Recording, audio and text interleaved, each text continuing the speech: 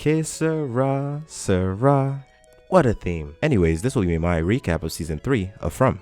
Alright, let's go. Season 3 picks up exactly where season 2 ended, where Tabitha is in the hospital in Maine. She quickly finds out that Victor's father is in that same town and meets up with him. Coincidence? I think not! Long story short, Victor's father believes her, but before they could do anything about it, they end up in a car accident. Ambulance that saves their life ends up running back into the town of From. This ends up being a good news, bad news situation.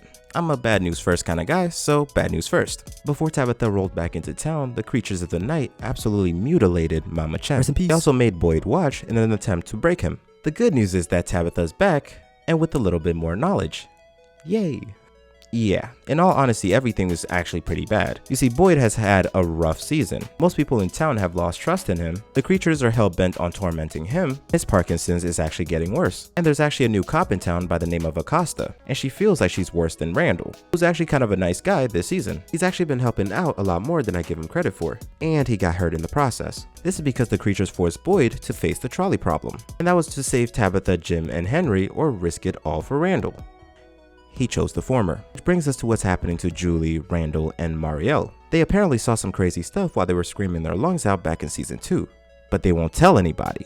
But Julie, out of the 3, is trying to figure out what's going on. She sort of discovers that she's a story walker. Stick with me. This, as described by her little brother Ethan, means that she can observe stories, but she cannot alter them. For example, she was there when Boyd got stuck in that chimney back in season 2, and was actually the one that threw the rope down, not Martin, which means...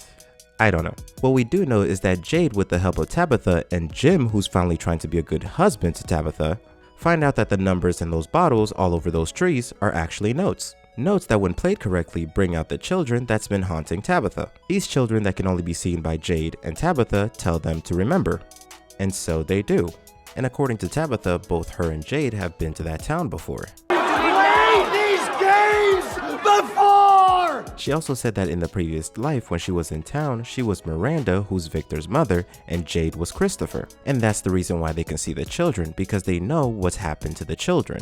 And yeah, apparently what's happened to the children is that the people that used to be in this town sacrificed the children to some sort of creature in order to gain immortal life. And some of those people are those creatures that come out every night to try to haunt the townspeople. And that's a good time to pivot to the other side of the story, which is Fatima and Ellis. What I failed to mention in my previous recaps is that Fatima and Ellis are married and Fatima's pregnant. But the thing with this pregnancy is that Fatima is unable to eat regular food. Instead, she's eating a bunch of rotten food and human blood. This, rightfully so, freaks out both Ellis and Boyd. And while they're trying to figure out how to help her, she ends up killing Tilly, who just wanted to help her. So Boyd, Ellis, and Donna decide to keep it under wraps. Yeah, that's probably just a ticking time bomb. They tried hiding Fatima, but that's when Elgin comes into play.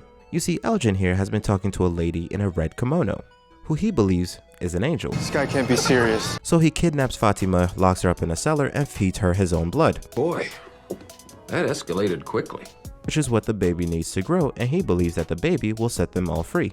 Yeah, and that just about breaks Boyd because he hears that Elgin knows where Fatima is, but won't tell anybody. So Boyd tortures Elgin. But he wasn't going far enough, so Sarah takes matters into her own hand and absolutely destroys Elgin's eye. But she did get the information. Boyd, Ellis, and Kenny goes to save Fatima, but not before the lady in the red kimono helps Fatima deliver this baby, which the lady immediately takes down into a cave. You know, I've been calling this thing a baby this whole time. It's not a baby, because it grows within seconds into the creature that Boyd killed back in season 2, solidifying the fact that these things really are immortal. The season then ends with 2 very weird things happening. The first is that right after Jade got done playing that music, a man in yellow, he's just missing the hat, comes and attacks Jim.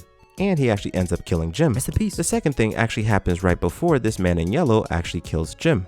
And that is that a version of Julie appears and tries to save Jim from what's about to happen. And it's 100% not the current Julie because she actually has different hair, different clothes, and everything. And yeah, I hope I answered all of your questions, but if I didn't, be sure to leave a comment. I read them all. And if you like that video and want to see more like it, leave a like and subscribe. I really appreciate it. Also, if you like From, you may like this video right here. That's it.